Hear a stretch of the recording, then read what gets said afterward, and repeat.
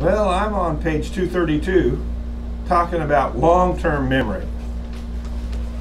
Remember we talked about short-term memory where you memorize stuff and then it just kind of evaporates. You look at a phone number, you look at a shopping list, and then you say, I didn't get it into my long-term memory, so it was just gone after a while. And now we're talking about long-term memory, where you get stuff stored away that you can remember stuff from your childhood. Does anyone remember a childhood address or phone number? Yeah. I like know a few of them. I don't know if you actually want an example. My dad and my childhood best friend's number will start with 913. So one time I was calling, I was trying to call my dad and I forgot his number and I called my childhood best friend who I hadn't talked to in like 5 years. And she was just, I was like, Dad, help. And she was just like, who is this? Because the numbers start with 913 and you just got the rest of them mixed up and called the wrong person.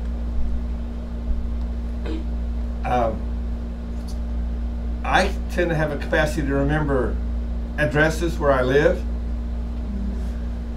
But where I lived as a child for several years, I can't remember whether it was Rural Route 5 or Rural Route 4.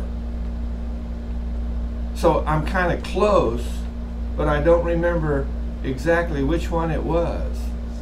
Because it wasn't written anywhere, it was just that's where we lived, 5 miles east of town. Now see, I remember exactly how far we lived, and I even have a picture in my mind of what the corner looked like where we would turn off the highway to go to our house, which was about a quarter of a mile off the road, off the highway, up the hill. And I remember the house. And in Oklahoma, have any been to Oklahoma? Where it's kind of flatland everywhere? Okay, so can you picture my house up on top of this hill out in the middle of this flatland?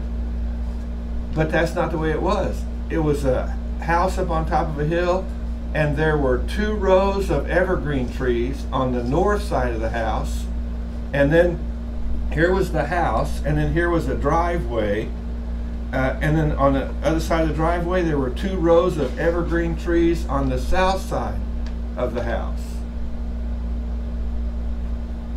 Do you see the picture? That just doesn't sound like Oklahoma, does it? So what's that all about?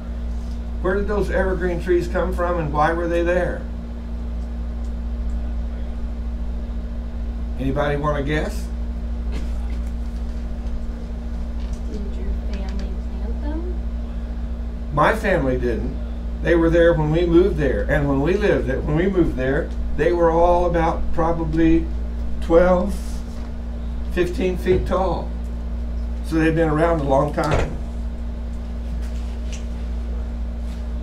Gotcha, Sedaine. Were you here Wednesday, Sedaine? Today is Wednesday. Oh, Monday? Were you here on Monday? Okay. Just checking. Maybe I missed the marking when you came in. Who had their hand up about why do you think those evergreen trees were there?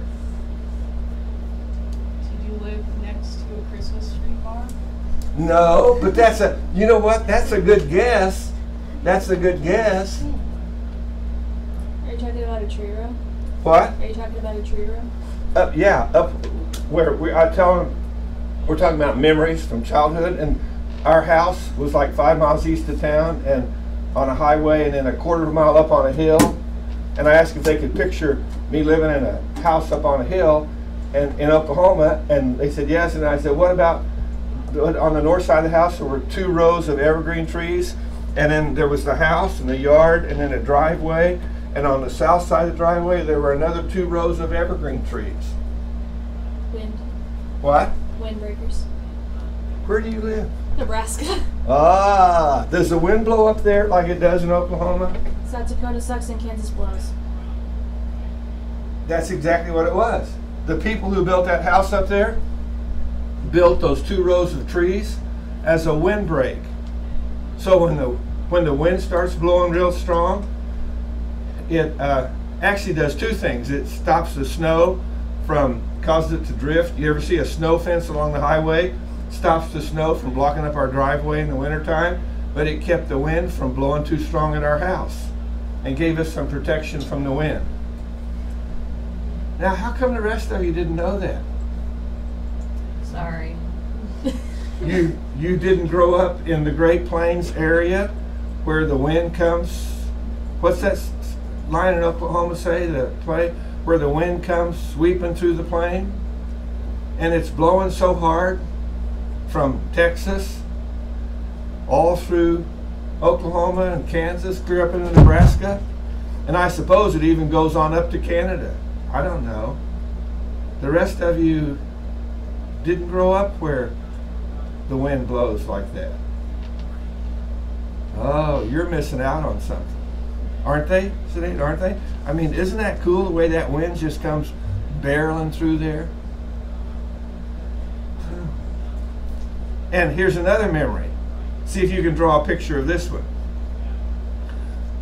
And when the wind would blow real hard from the north in the wintertime when it was cold, you could go on the south side of a building where the sun was shining real bright. I bet you did this in Nebraska too. And you could sit on the south side of the building where the wind wouldn't hit you, but the sun would just shine down on you in that metal building and make you so toasty warm, you would think you were on a Florida beach. Now, I never thought that when I was a child because I had never been to a Florida beach, so I had no way to draw a picture of it in my head. But did you ever do that, Sinead? Sit on the south side of a building and just soak up the rays from the sun in the wintertime? No, more than fall and spring. Well, it's a beautiful experience for those who haven't tried it. Sometime this winter, when the wind's blowing real strong and you're over after you finish eating in the cafeteria, go out on the south side of the buildings when the sun's shining bright and just kind of stand there and get a taste of what I lived with in Oklahoma when the wind was blowing all the time. Okay, the capacity of long-term memory. Remember I told you the other day, don't worry about filling it up. You've got all kinds of capacity. It seems like that it's just unlimited. So don't worry about overfilling your mind with stuff. Encoding on page 232, where information is taken through our senses and stored in our minds. And this to me is rather interesting. When it says most of the information in long-term memory seems to be, I mean, this is the theory about how it works, seems to be stored in terms of meaning.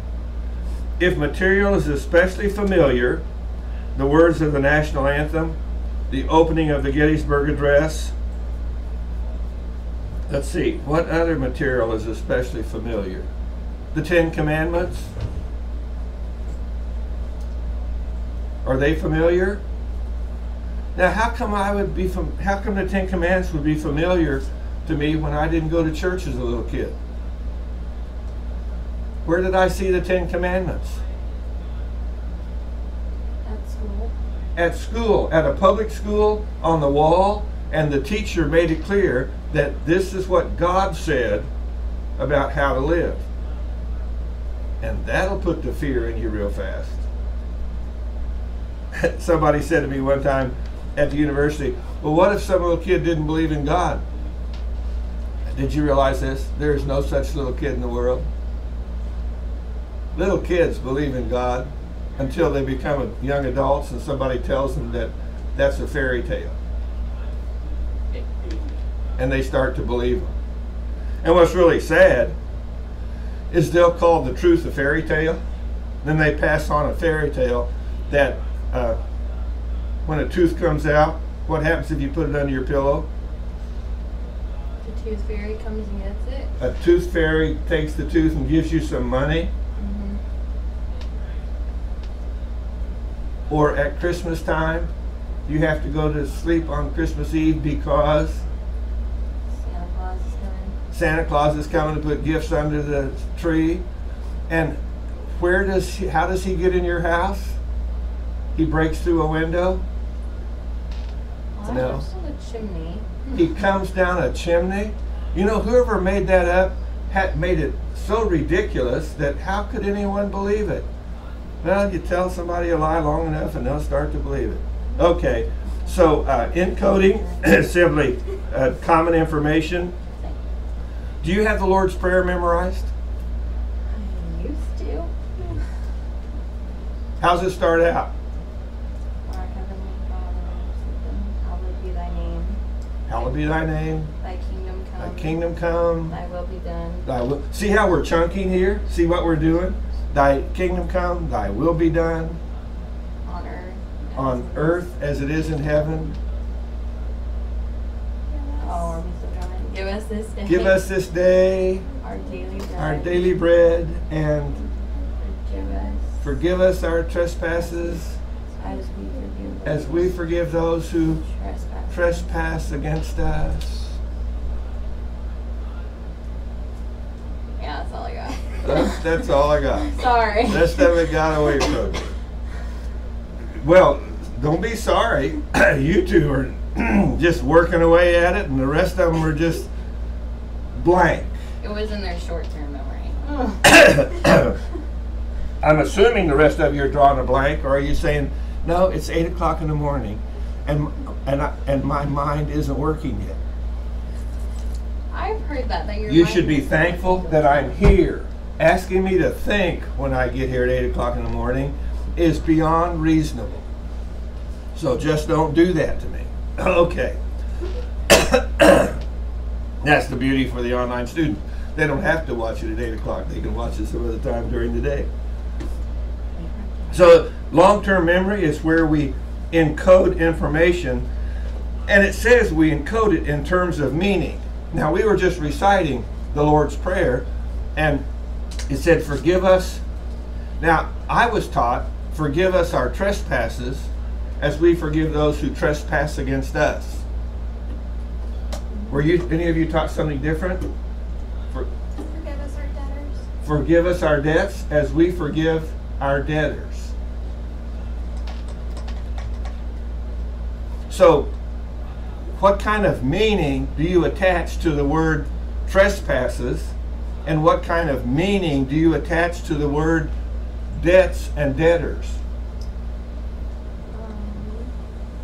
A trespasser, I would think of like someone who like broke into my house and probably like steal from me or something. Okay, someone breaking into your house and stealing something. Does anyone else have a picture of what trespassing means in your mind? Double cross. What? Double cross. I just didn't hear. Double cross. Double cross? Double crossing me. Anybody else have one? See, growing up in the country, in Oklahoma, I'll bet you saw these two today, somewhere on a fence. Have you ever driven down a road and seen a sign that says no trespassing? So that trespassing to me meant that forgive me for climbing over somebody's fence, and I'll forgive them as I forgive people who climb over my fence. I know they better not climb over my fence and come up and shoot ducks off of my pond. It's like, well, don't you drive around the country shooting ducks off of other people's ponds? Yeah, but they don't have a no trespassing sign up. Well, why do you have one? Because I don't want people shooting the ducks. I want them to stay there till I get down there and shoot them myself. Debtors? I mean, what's the picture in your mind of a debt? What meaning does that have? Do you owe anybody a debt? Did you ever borrow money from somebody? Yeah. Then that made you what? A debtor? Aren't you glad you lived at the time when you lived? Because if you borrowed money from somebody, if you borrowed money from me for something, and I said, sure, I'll loan you some money, won't you pay it back? And you say, I'll pay it back in 3 months. So 3 months comes along, I'm going, where's the money you borrowed? And you go, I don't have it. And I say, if you don't pay me back in the next week, I'm going to have you thrown into debtor's prison. Anyone know what that's all about? I mean, if you owe somebody money and you don't pay them, they can have you put in debtor's prison. Yes? Well, then how are you going to pay them back while you're in prison? You're not. Your relatives are going to get some money together and pay them back so you can get out of debtor's prison. And why are they going to do that? Because while you're there in debtor's prison, your relatives have to come and feed you if you're going to have anything to eat. Because the people at the debtor's prison aren't going to spend a lot of money feeding you when you're not paying your debts. Have some of you memorized the Lord's Prayer with another word besides trespasses or debts? Sins. Sins? Forgive us our sins as we forgive those who have sinned against us. Who sin against us. Forgive us our sins as we forgive those who sin against us. And then we have to say, what picture in your mind do you have of sin? It's more general, like it includes what we've already talked about and other things. So not just like trespassing, but also debt. Okay, it's hard to draw a picture because it's kind of a concept that includes a whole bunch of stuff. I have two pictures of sin. One from my childhood, where I saw a picture of the Ten Commandments surrounding a mirror. And the one that sticks in my mind is, thou shalt not steal. So stealing from somebody was my picture of sin. Then when I got saved at 18 and came to Bible college, they gave me another definition of sin. They said, here's the target of perfection that God wants us to meet, and we have all missed the mark. No matter how hard we try, no matter how much we work, we can't hit the mark of perfection that would get us to heaven. So how do we get to heaven? If none of us are good enough to get there, how do we get to heaven? How do we hit the mark? We don't, do we? Somebody else hit the mark for us? Isn't that what happened? Christ lived a perfect, sinless life and then died in my place because he had no sin to die for, to atone for, and he died in my place.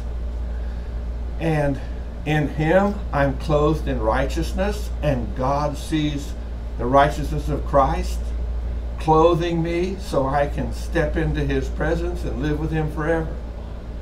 What a beautiful picture. Do you stop and think about the mental pictures of concepts, of experiences, of stuff in your life? The more you can construct some kind of a mental picture, the more you're going to stick things in your long-term memory where it takes on some kind of meaning. We talked about serial position effect the other day, where when you're trying to remember a list of things for a test, or like a grocery list it talks about, or trying to memorize a chapter out of the Bible, you remember the first part and you remember the last part. Primary effect it's called, and recency effect. But the stuff in the middle is what will get lost. So the way to do that is, if you're memorizing a chapter of Scripture, you start with verse 1 the first time you memorize it, then you jump down to verse 2 and start there, and you rotate the order so no one portion of the list that you're trying to memorize gets stuck in the middle where you can forget about it. Didn't I give you that as a good tool to use when you're studying for a test? If you have 3 or 4, 5 pages of notes, you rotate the notes while you're studying for it. And then how do you maintain long-term memory? Now, see, this is interesting because I don't stand around rehearsing my address or phone number from where I lived when I was a child, but it seems to be so embedded in my mind that I can recall it. So, but if there's something that I want to be able to recall in the future, then there's some things I do on page 233 to basically maintain this information in my long-term memory. And one of them is rote rehearsal, which means what? You just say it over and over and over and over again. Watch out. Be careful about that. See, that's what a lot of people think rote rehearsal is. It's just saying it over and over and over again. But have you ever noticed, at first when you're trying to memorize something, you're thinking about what you're saying, and then after you said it 5 or 6 or 7 or 8 times, you stop thinking about it and you're just running the words through your mind and out your mouth, but you're not thinking about it. And that kind of rote rehearsal is basically a waste of time. It needs to be rehearsal that is meaningful. It turns out that it's not so much the amount of rehearsal that increases memory, it says in the middle of page 233, but it's the type of rehearsal. Specifically, repetition without intention to learn generally has little effect on subsequent recall. You know what that means, Tom? Here's what that means. I mean, think about it. You're going to college to get a degree. If I have a PhD, all that means, PhD, you know what those letters stand for? Think of writing papers and doing research and taking tests, piled higher and deeper. If I went to my transcripts and counted how many classes I've taken in my life, it's amazing. And I guess that's, no, that's not why they call it a PhD, but it is. It's just piled higher and deeper. Fortunately for me, I kind of enjoy that stuff, so it wasn't painful for me. But in each of those classes I took, I always had, it seemed like, some class that I didn't care much for. And I knew from reading this material in psychology that if I didn't develop some kind of intention to learn this, no matter how much I rehearsed it, I wouldn't remember it for the test. So it's like, yeah, but I don't see the use of this information. So how am I going to retain it if I don't see the usefulness of it? Because for me, that's a driving force in retaining stuff. When I think something might be useful information, I hold on to it for a long time. But if I don't see it as that useful and I don't see myself using it down the road, I tend to just let it evaporate. Can you picture a guy who goes through med school with a photographic mind and all he does is memorize what he has to know to pass a class and then kind of erases it and then goes to the next class and memorizes something else and then erases it? By the time he graduates, how much stuff does he have stored away to help treat you when you get sick?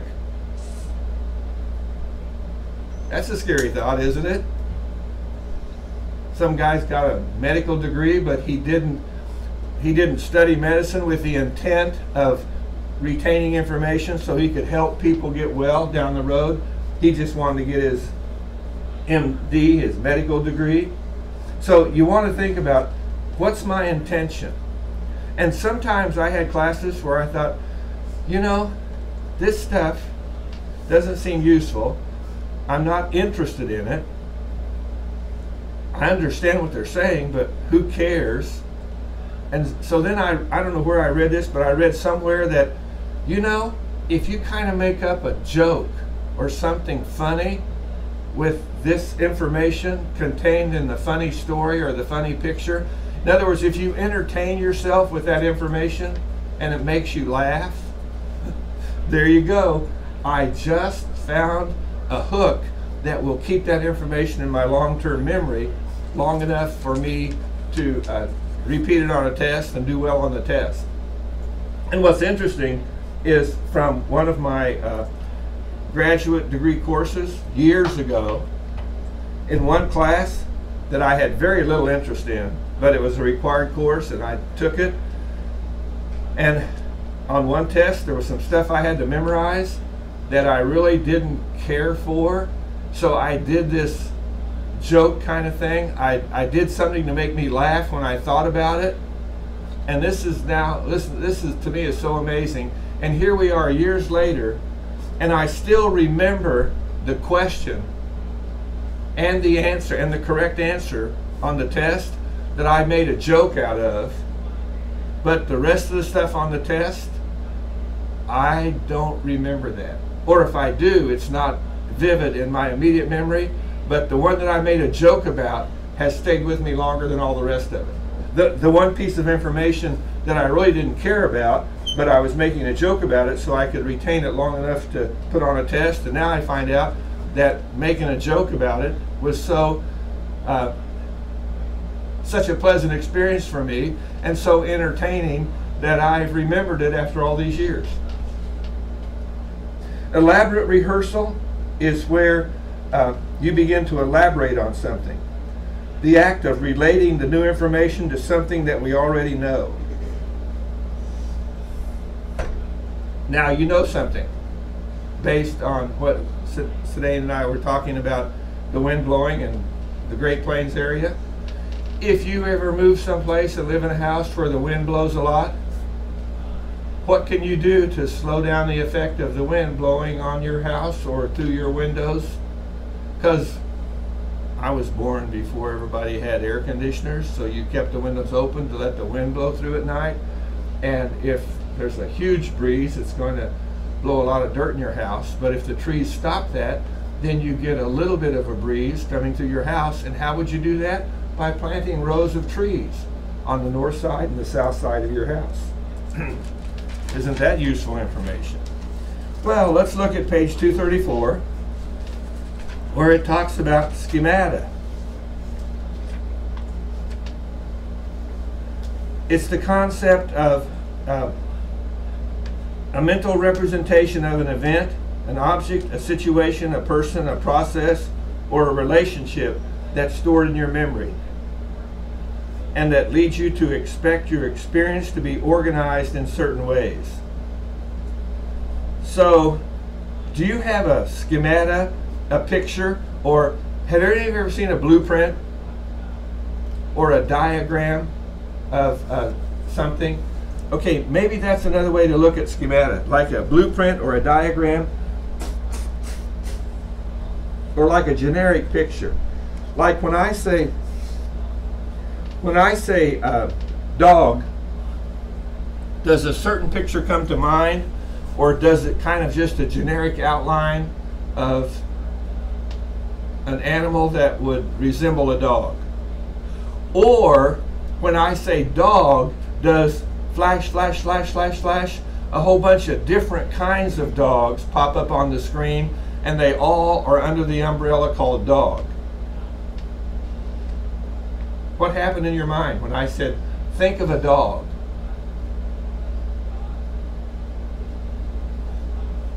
Did one picture come to mind? Did you have a pet dog when you were a child? Yeah. Was that the picture that came to mind? No, I thought about a dog from a movie I saw. So for you, it was a dog you saw in a movie. Yeah. Was it those spotted dogs, those Dalmatians? No, it was a beagle. Ah, because see, for me, Disney's movie, 101 Dalmatians, that made an impression on me. All those spotted dogs running down there. But I've never seen one in real life, but the movie made that impression. But it just happens that Dalmatian didn't pop up on my screen when I said dog, and I saw all these dogs going across the screen in front of me.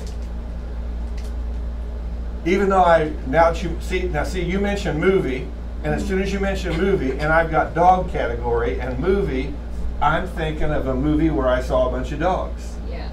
See how you understand how your mind works? Okay, what picture comes to your mind when you see dog? When I say dog, do you see a dog in your mind? The rest of you, anything? Nothing. German Shepherd. What? German Shepherd. A German Shepherd. You had one? No. Well, then what made a German Shepherd come to mind if you never had one? Thinking about getting one down the road. What? Trying to figure out if I need one down the road. Oh. What would you use a German Shepherd for? Training protection. Protection? A German Shepherd will protect you? They use them for police dogs. If you have a German Shepherd and he's your friend, and I come up and start messing with you, what will that German Shepherd do? Aha! So there, dog is a German Shepherd. Anybody else have a picture in your mind? What? Of like a golden lab. A golden lab. See, and when you say golden lab, German Shepherd I've seen. Golden lab. I have a Yellow picture. lab, I guess. I have a picture with something with golden hair. Do they have long golden colored hair? There's like a black lab or a brown lab. See, okay, you know, lab, I don't have a picture for labs. They're called Labradors, right? Mm-hmm. But I don't care what we call them, I don't have a picture of them in my head. That little screen that runs across there with all those pictures of dogs, I don't have one of those. Did you have a lab? We had a black lab when I was growing up, but I don't really remember him. But I have a friend who trains paws for cause dogs. Aha. And she's had several labs. So this friend who has all these labs fixes that. The rest of you have a picture of a dog? I had a beagle, or I didn't have a beagle, but I pictured a beagle. A beagle. Is that the one that looks like a hot dog? No, that's a Dachshund. Oh, that's a Dachshund? Yeah, So what's a beagle? Oh, that's the one with the long floppy ears? yeah. Now, you see what happens? You see how when someone says a word, we start constructing in our mind pictures? And you say, well, not every time, because some of these, I don't have a picture for it. And I don't have a picture for a Labrador. So you say it's a brown lab or a black lab. Maybe that's why I don't have a picture for it, because I don't know what color to paint it, so it's just not even there. But it doesn't matter. If I saw one, I would know it was a dog, because it looked so much like all the other pictures of dogs in my head. And then, now see, all of a sudden, the screen's running across in front of my head here. It's kind of like, you know, scanning. When you're on Amazon and you're looking at something, and you hit the arrow and some more stuff pops up there, a whole bunch of different pictures of things that you might consider looking at that are similar to what you're searching for. And it seems like that kind of happens with the screen in your mind. There's like a little screen running across there where you see things. And then I see this one, oh, what is it called? Oh, a greyhound. Do any of you have a picture of a greyhound in your mind? What's your thought about that picture of a greyhound? The logo for that. For that Trailways bus company? Yeah. Yeah, what's that all about? It goes fast. Well, this bus doesn't roll down the road, it jumps like that? Oh, fast, that's the idea, isn't it? That the greyhound is real fast? Do any of you, rest of you, have a picture of a greyhound in your mind? He's seen it from the side of a bus. Where'd the rest of you see it? It's a really close family at our church, and I go there quite often to have a greyhound. And they have a greyhound? Aren't they ugly? This one's not. This one's adorable. Oh, you think they're kind of cute?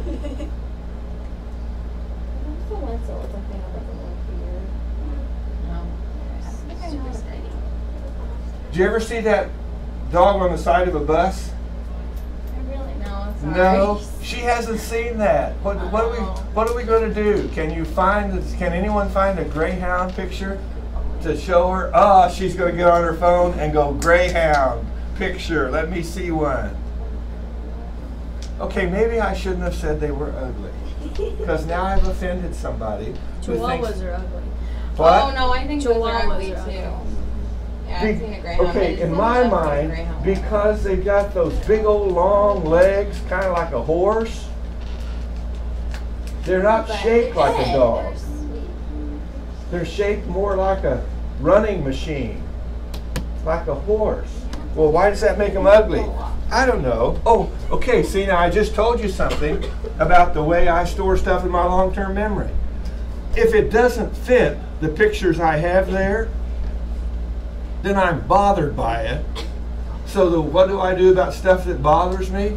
I say it's ugly. It's like a giant chihuahua. That's awful. That's so judgmental. I know it is. So just remind me that maybe it's not as ugly as you think. Maybe it's just a problem in the way you think about stuff. You need to be a little more open-minded about all of these kinds of things that we call dogs. Maybe part of it is my first introduction to a greyhound was when my grandfather took me to dog races up in Anthony, Kansas, where they would race greyhounds around the track chasing a little artificial rabbit. And people would bet on them like they do race horses or other kinds of stuff. But the second place where I saw greyhounds is when my other grandfather used them to hunt coyotes. They would put a bunch of greyhounds in the back of their truck, and they would drive around the country looking to see if they saw a coyote running out across the field.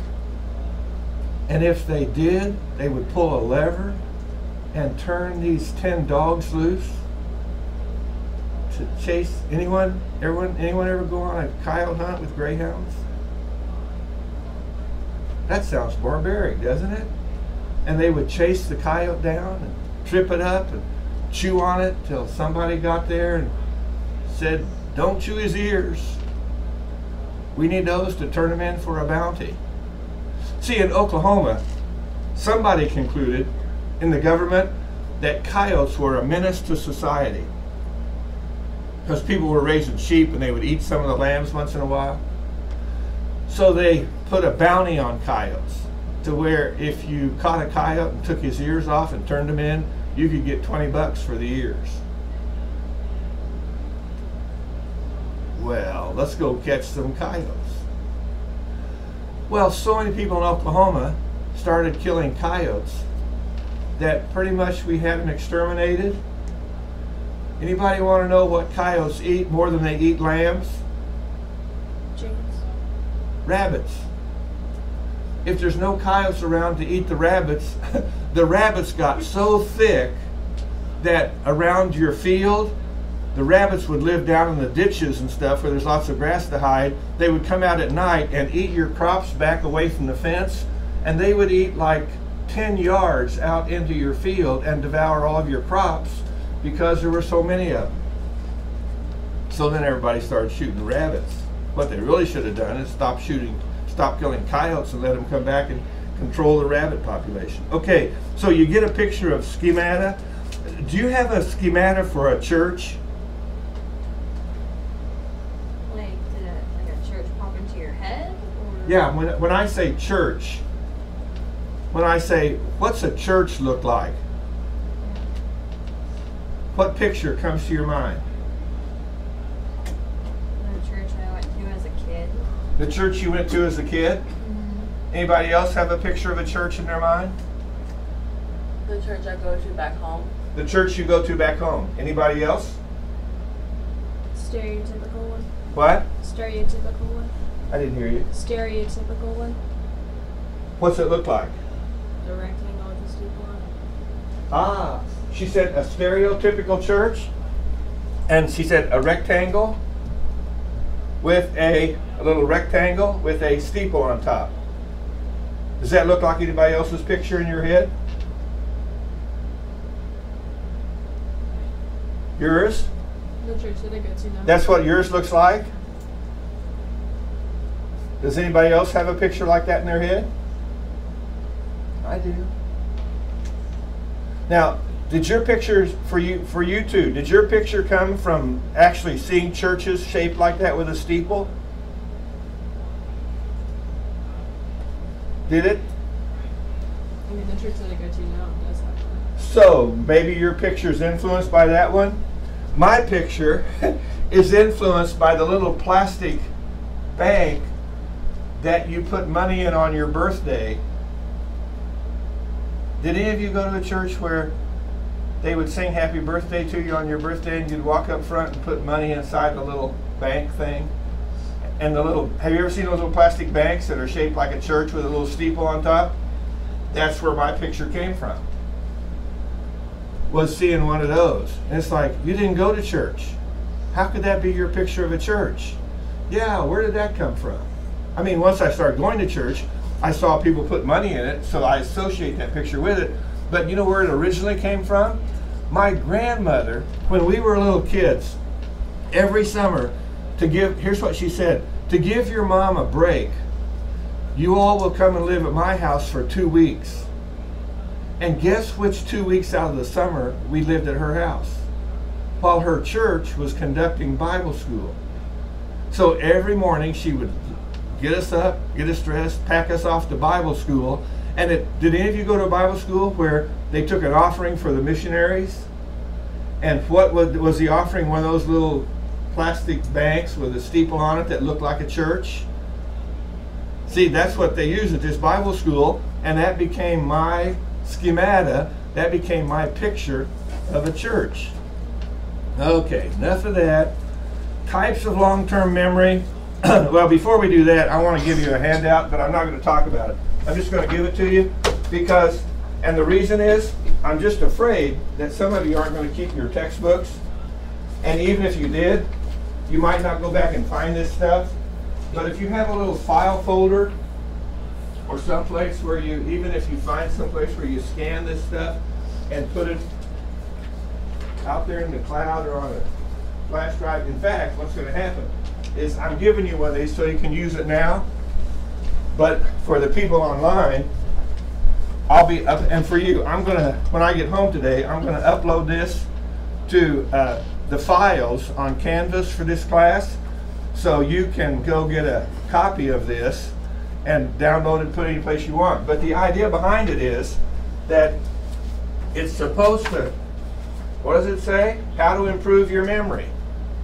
Tips and exercises to sharpen your mind. So,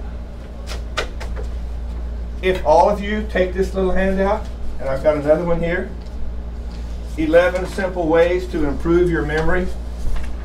This is all stuff I got off the internet doing research for this class, like you're supposed to be doing.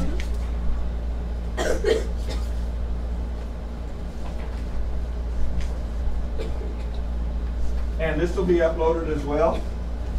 So the people online can get a copy of this from just going to Files on the computer. And I'm not going to talk about it because it's just there, because both of these handouts will help you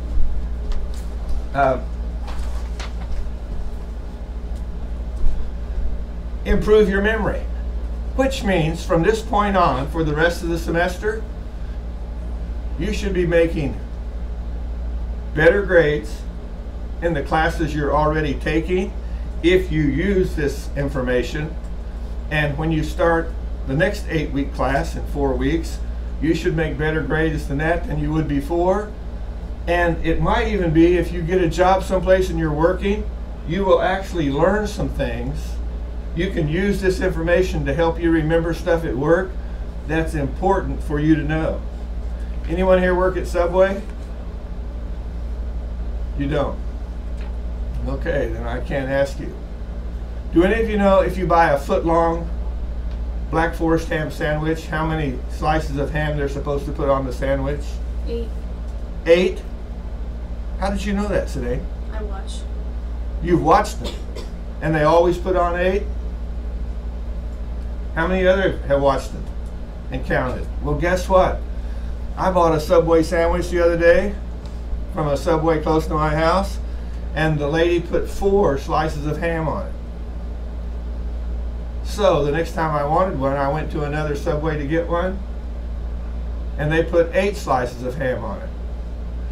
Then I was going to go wait till I bought a couple more Subway sandwiches over the next week or so and see how many they put on there. But I don't need to now, since what Sedaine told me. I'm thinking on my way home today, I'm going to stop by that Subway shop and say, guess what? When I was in here last week and bought a Black Forest ham sandwich, You only put 4 slices of ham on my sandwich, and you were supposed to put 8. Now, did the person who did that, did they not know any better? Did they not remember how many slices of ham to put on a foot long? If you put 8 of them on a foot long, probably on a 6-inch you put 4. And this new employee has probably made more 6-inchers than 8-inchers. So it was just an oversight.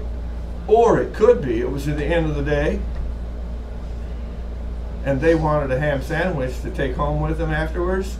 So they just put 4 slices on mine and then took the other 4 slices and made their own. Tom, don't be so negative about people. Think the best of them. It was probably just a new employee who made a mistake. Okay, whatever. But page 235 talks about 3 types of long-term memory. Episodic memory, semantic memory, and procedural memories. Now, of those 3, which ones make sense to you just by looking at the words that describe them? See, now I'm trying to help you attach meaning to these 3 types of long-term memory. Episodic, semantic, or procedural? Which one registers with the stuff that's already in your head?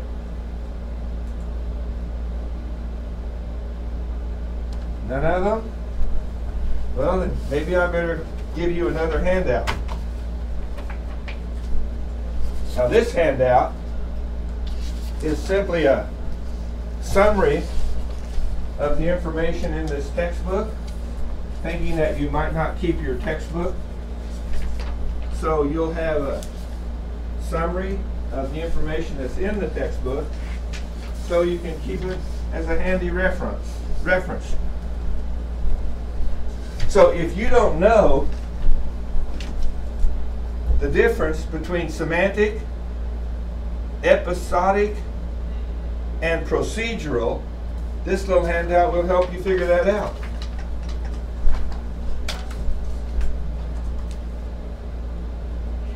What's episodic memories?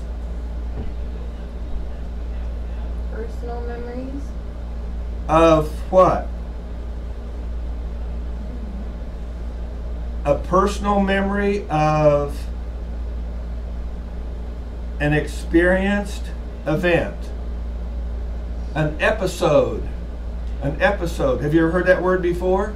Mm-hmm. An episode in your life. A specific event, and it's your memory of that event. What's semantic memory?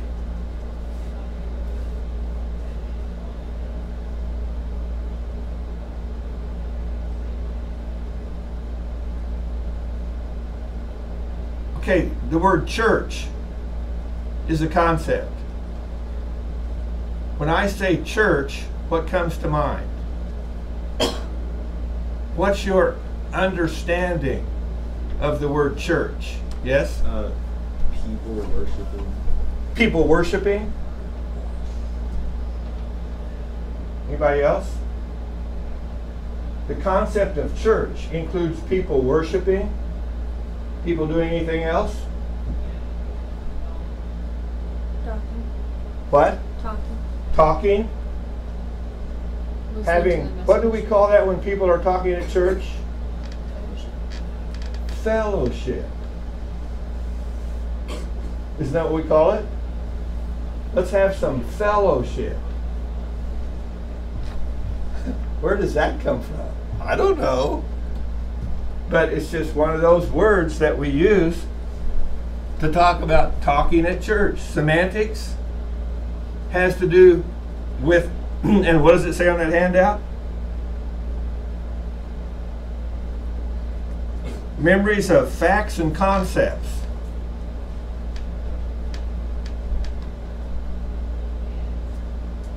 Okay, we talked about a picture of a church. Do you have a picture of a house in your mind?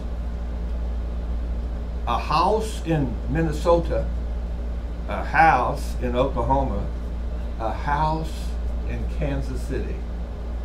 What do they look like? Do you have a picture of a house? Is it 1 story tall or 2 stories tall? 2. 2? 2. 2? 2?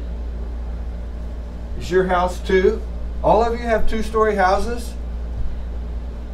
Whoa, where does that come from? Wisconsin, where I used to live.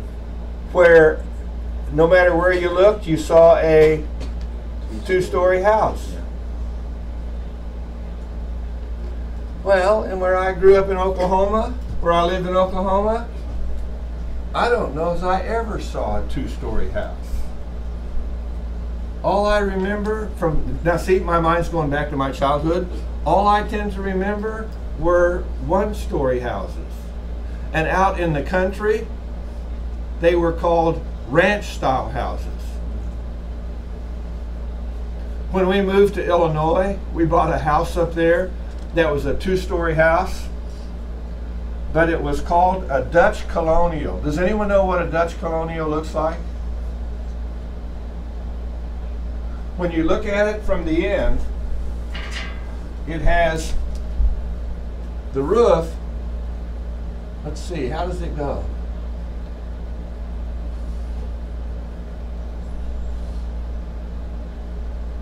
No, okay, that's not right. It goes out like this, and like this, and like this, and like this, and then it comes down like this on the side. That's what a Dutch colonial looks like.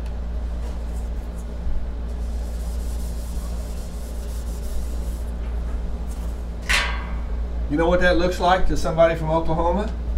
Or somebody from Missouri? What does that look like? A house or a barn?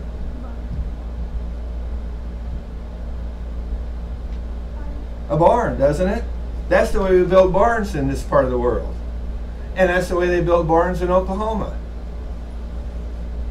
So, my family said when we moved to Peoria, Illinois, they said, so what kind of house do you live in? I said, we don't live in a house, we live in a barn.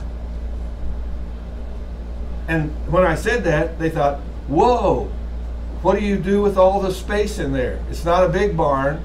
In fact, this barn is smaller than a ranch-style home because it was an older one. You ever drive through Belton and look at the older homes that have been around a long time? How tiny they are compared to the newer ones that are bigger and bigger and bigger. And now people are going back to tiny homes. Are you planning to someday live in one of those little tiny homes? I would love to. You would love to. And travel. Probably want to rent one before you buy one, because you might decide after a while that I'm getting claustrophobia in here. This isn't going to work for me. But it might work. It might work. And I'm thinking I wouldn't need a tiny house to travel. All I would need would be a bed in the back of my pickup with a cover over it. And I'm on my way. What about when it gets hot? Oh, and then I better put an air conditioning unit on top of the cover to keep me cool when I'm sleeping at night. You say, where will you eat? Subway. What about a bathroom? 24-hour Walmart parking lots. I got this thing figured out. Episodic memory, the episodes in my life. Semantic memory. By the way, I have some episodes in my life of traveling where I put a mattress in the back of a pickup. If I was single, I'm just telling you, that would have worked fine. My wife only did that once, and we're not doing that again. I took her camping once too, where we went to Colorado and slept in a tent. I don't do that anymore either. If we can't afford to stay in a hotel somewhere, we just don't travel. Semantic memories, your picture of a house, your picture of a church, your picture of a car. What picture comes to mind when you see a car? I'm gonna say my own car. which is a 2002 Ford Focus. Ford Focus. Anybody else have a picture of a car? I What? just thought of a Lamborghini. A Lamborghini. Yeah, that's my car. That's your dream car, right? No, it's what I drive right now. Oh, it's what you drive right now? I'm just kidding. That's my right. dream That's your, car. that's your dream car. Just keep dreaming. I like slug bugs too. What? A slug bug or a BMW Beetle. A BMW Beetle. Yeah. BMW makes a car that looks like a Volkswagen Beetle? Why would they do that? I don't know. Volkswagen is going to stop making them. Does that tell you anything? I couldn't believe I bought one of those years ago. Did you really? Yes, and drove it to Oklahoma, and my family went bonkers. Some of them who fought in the war got upset with me about buying a car made in Germany. And then the rest of them laughed about, so let's open the hood on this thing. Oh, they don't have a hood, it's empty. These people don't even know where to put the engine. They stuck it in the trunk. And so they open the trunk and they go, oh, look at this. Where's the radiator? It doesn't have one. It's an air-cooled engine. And here's what they said. Well, look at that. Tommy goes off to Kansas City. All these people in Oklahoma who like to make fun of me living up here. He goes back east and he comes back with a car with a rubber band on it. Rubber band. The belt that cools the engine, Oh. they called it runs on a rubber band. Like a little wind-up airplane, you know. They were just laughing at me and making fun.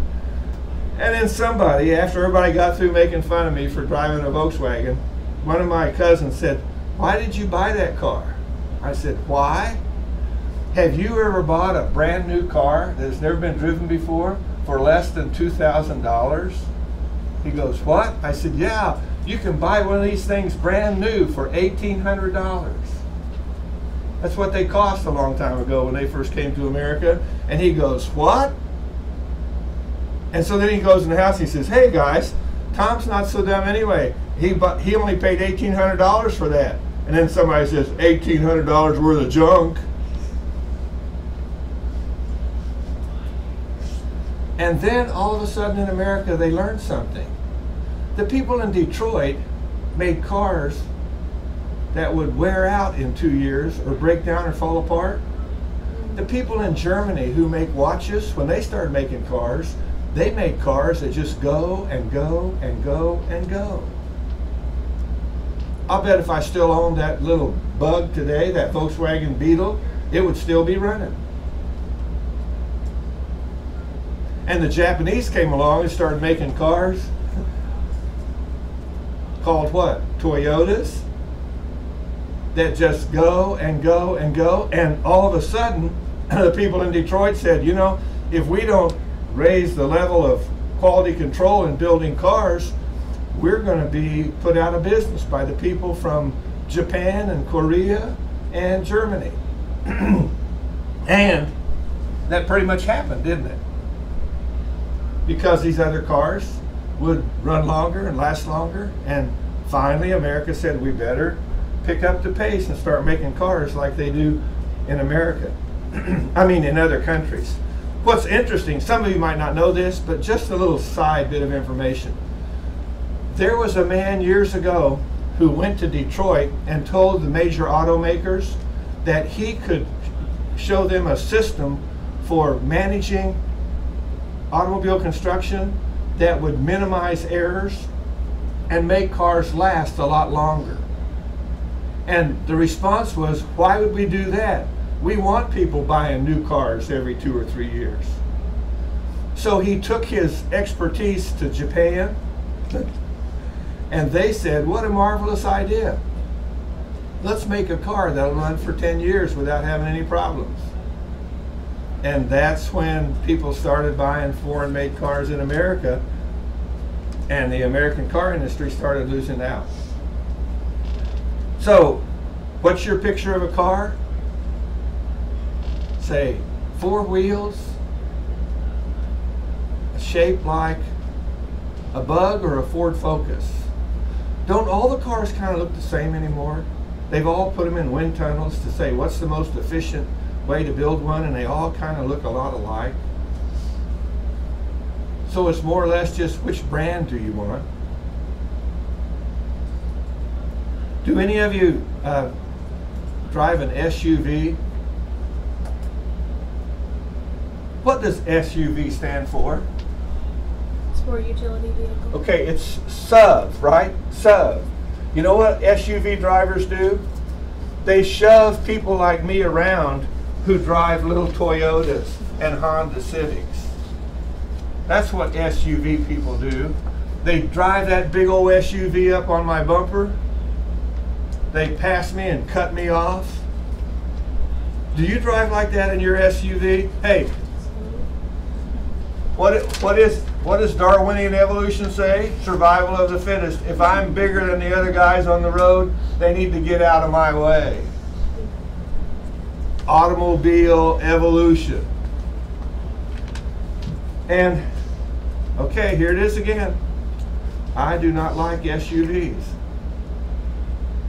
I take it you don't like Hummers either. Hummers. Yeah, like that really big And there's nothing about them that hums. They just make a lot of noise, take up a lot of space, and crowd me off the road too. Sorry. See, I like cars,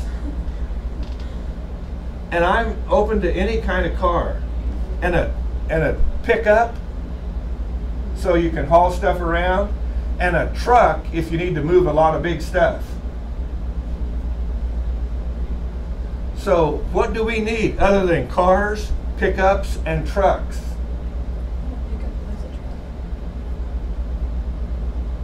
Well, we need a van. Now I'll grant you that we need we need a van so we can. This is what I like to see. This is why I like vans. When vans came out, I'm going, this is so cool. I can buy one of these things and haul all my grandchildren around at the same time. I can take all my grandchildren someplace for fun and fit them all inside. And one time when I was going to Oklahoma, I asked all of my kids and their husbands and children to go with me, and I rented a great big 16-passenger van, I think it was, and took everybody to Oklahoma on a trip. It was so cool. It's like driving a big bus. See, now I've got bus in my mind, and I look at those big vans like a bus because I rode a bus to school when I was a kid. But I have no place in my schemata, I have no place for a Hummer or an SUV. And what does SUV stand for? Sport, utility, vehicle. Okay, there's nothing utilitarian about these things. I mean, what? Can I open up the back and haul lumber in it? No. Can I put all my grandchildren in it? No. What's the point of this?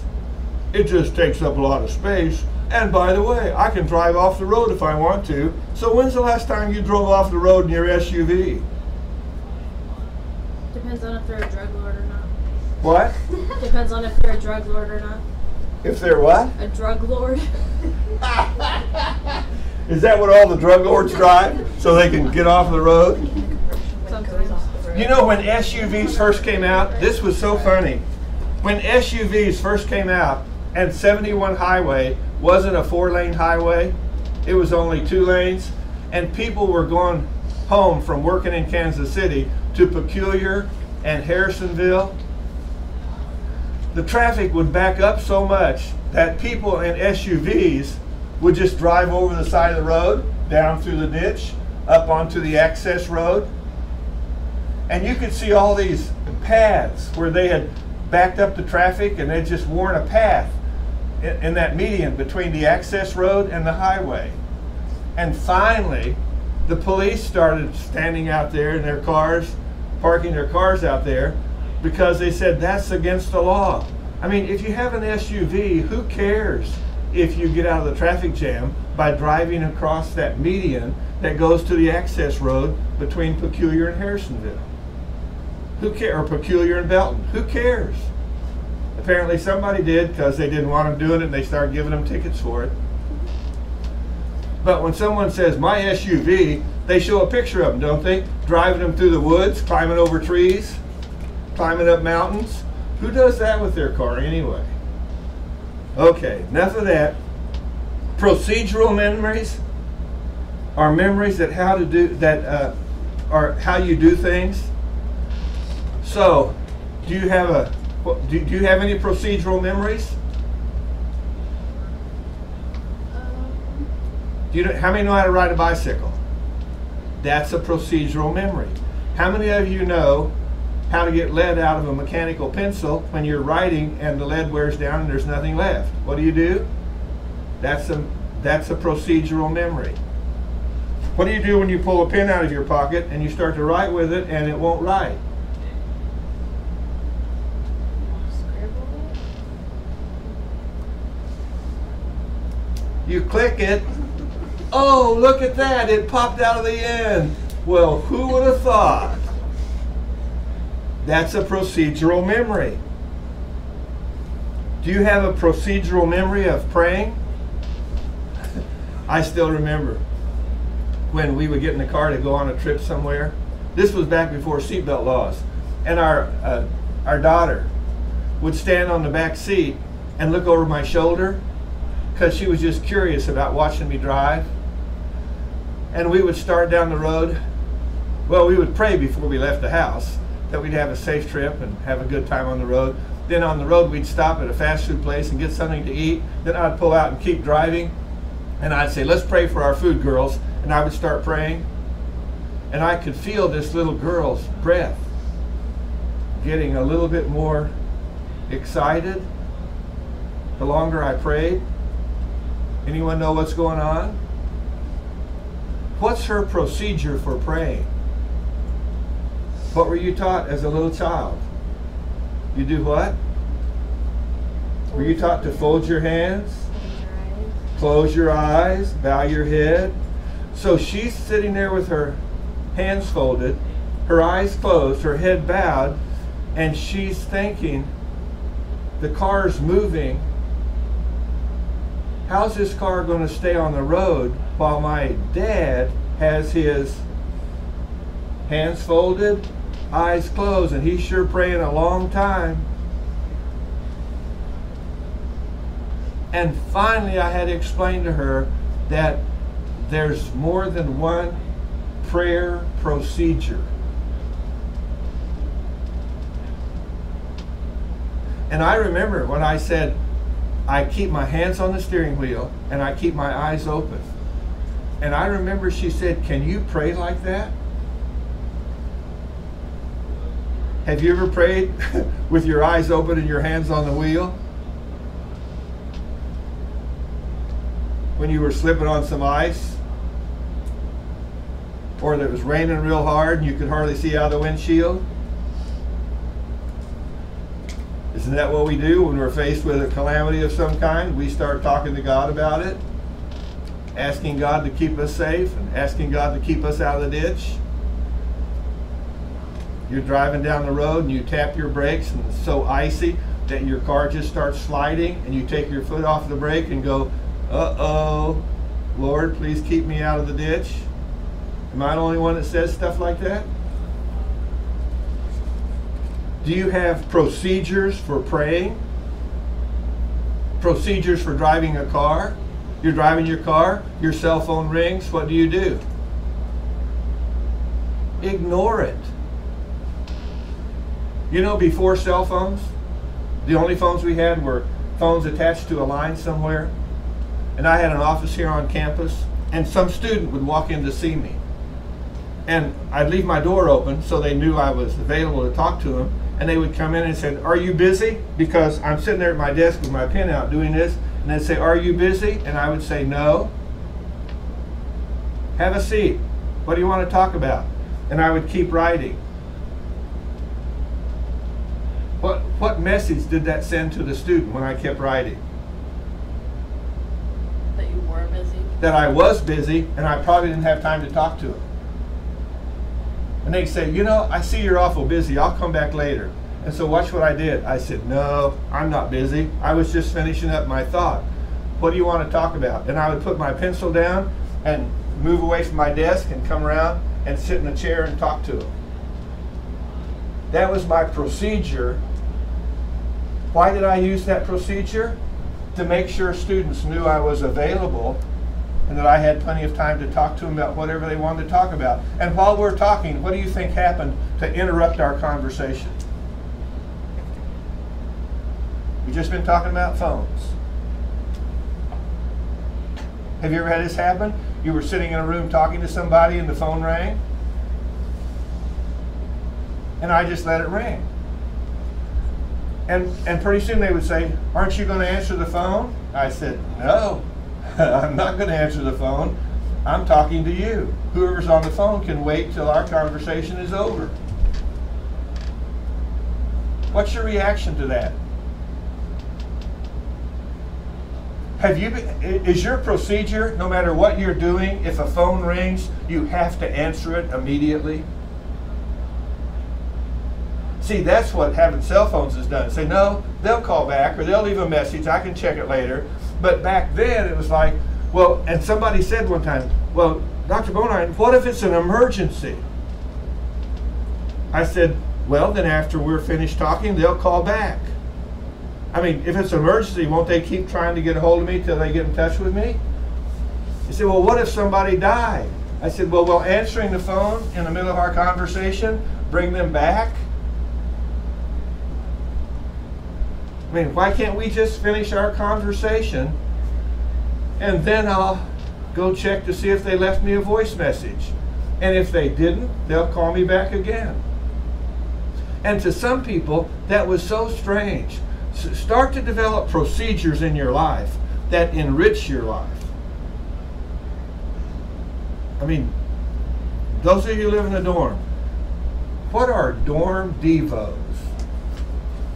Devotionals. What are dorm devos?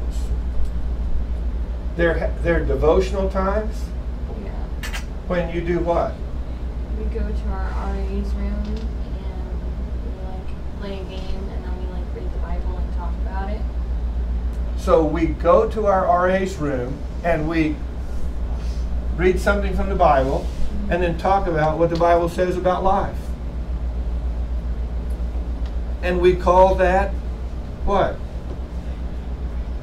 Having devos, which is the shortened form for devotions. Or was it called the quiet time at your house?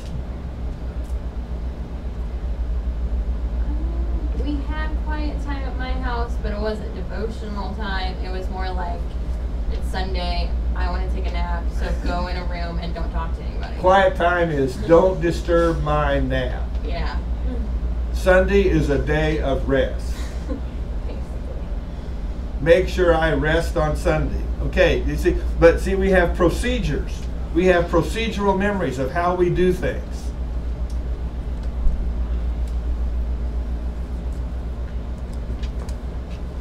So, how do you pray? Do you fold your hands? You bow your head? Do you close your eyes? Okay, were you taught to do that? Anyone taught to do that as a child? Yeah. 1, 2, 3, 4, 5, 6, 7. All of you were. Whoa! Were any of you taught to pray by getting down on your knees and putting your elbows on a metal chair or on the side of your bed? See, when I first got saved at 18, the guys at my church had grown up in homes where they were taught to, at night, kneel down by their bed, put their elbows on the bed, their knees on the floor, and fold their hands, close their eyes, bow their head, and say their evening prayers. And when they got up in the morning, they would do the same thing at their bed and say their morning prayers. So when I got saved at 18 and these old guys were teaching me how to pray at church, us men would get together in this room with a tile floor and metal chairs, and we would all get off our chair, get on the floor on our knees and put our elbows on the metal chair and fold our hands and pray. And these guys, I mean, when they prayed, they were doing some serious talking to God. You know what I'm talking about? Have you ever been around people who, when they're praying, they're having a serious conversation with God about what's going on? And those are the people who taught me to pray. Because that's the way, that's the procedure that they followed when they were taught to pray. Oh, and the other one on the list here, which is on the next page, is emotional memories. Emotional memories. Do you have memories that are quite emotional? When's your birthday? What month is your birthday? November. November? June? November. November? February. February? October. October? May. May? August. August? June. June. Well, mine's December. In the middle of December. Does anyone know what that means? Cold. Christmas. It's right next to Christmas. Does anyone know what that means? It means people say, here, this present is for your birthday and Christmas. That means I only got one present for both my birthday and Christmas. Do I sound a little emotional about this whole thing? No. They're relatable sometimes. Oh. Well, do you understand that I have some memories? So what I say is, hey, they never celebrated my birthday at my house. They just said, no, you get your birthday present at Christmas time, and it was the same Christmas present that everybody else got. I got robbed out of a present at Christmas time. Now, can you tell I'm getting a little emotional about this thing? Now, are you ready for this? Because it's a highly emotional episode in my life, every December, it's close to Christmas. And because it's close to Christmas and everybody's thinking about Christmas shopping on the day of my birthday, I would wake up in the morning and think, today's my birthday, but I won't say anything to see if anybody remembers. And sure enough, everybody's so busy. The next morning, I would say, ha! Everybody forgot. And they said, forgot what, Tom? That yesterday was my birthday. And I'd say, there you go. That's what happens when you're born in December. And I would do my best to inflict pain on the rest of the family, to somehow lessen the pain that I felt. Do you understand? Now, see, I'm describing this to you. Okay, if my sisters were here listening to this conversation, they would say, Tommy, that is not the way it happened. You got extra presents at Christmas for your birthday, and yes, sometimes we forgot, but then when we did remember, you were so disappointed that you couldn't stick us with it the next day that it was kind of more fun. You understand that if it's an emotional memory, it could be that it's not an accurate piece of information because we're so emotionally involved in what's going on. All right. Well, we were supposed to start the next chapter today. Why are we taking so much time with this? Well, the biology of memory on page 239 talks about where memories are stored on page 240 in a picture of the brain. And I think that's cool for people who are going to work with the brain and be brain surgeons, so they try not to mess up my memory when they're working on it. But for the rest of us, all we need to know is that that's where it's happening, so take care of it. Don't mistreat your head. My grandson who plays soccer, his mom said the other night, he hasn't learned how to hit the ball with his head very well. And I said, maybe that's a good thing. I mean, can't hitting a soccer ball with your head cause a concussion if it's hit hard enough?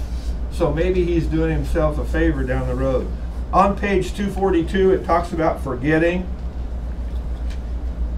Oh, I forgot. Oh, I forgot. Oh, I forgot. Can you think of things that you've forgotten that you wished you would have remembered? I just have one question for you. What could you have done that would have kept you from forgetting that. Writing it down. That's it. 7, if writing it down is such a simple solution to minimize forgetting, why don't we do more of that? I tend to lose whatever I wrote it down on. That's exactly what my wife says. I said, Nina, why don't you like writing out a grocery list? Because I keep losing them. I said, well, put them on sticky paper and stick them to the window of the door so when I leave, it's still stuck there. Or if you want to add something, you pull it off, write it down, and stick it back up there. She goes, yeah, I pull it off, I write it down, and then I leave it on the counter and it sticks to something and gets lost. I used to write on my hand. My mom gets so mad. I'd be like, but at least I remember. That's right. I wrote it on my hand so I could remember. Now, you know what else you can do if you don't want to write on your hand? You can take your pencil and turn it upside down. This is funny. You can take your pen, and I'm going, why is my pencil upside down? Oh, because I was using that to remind me not to forget.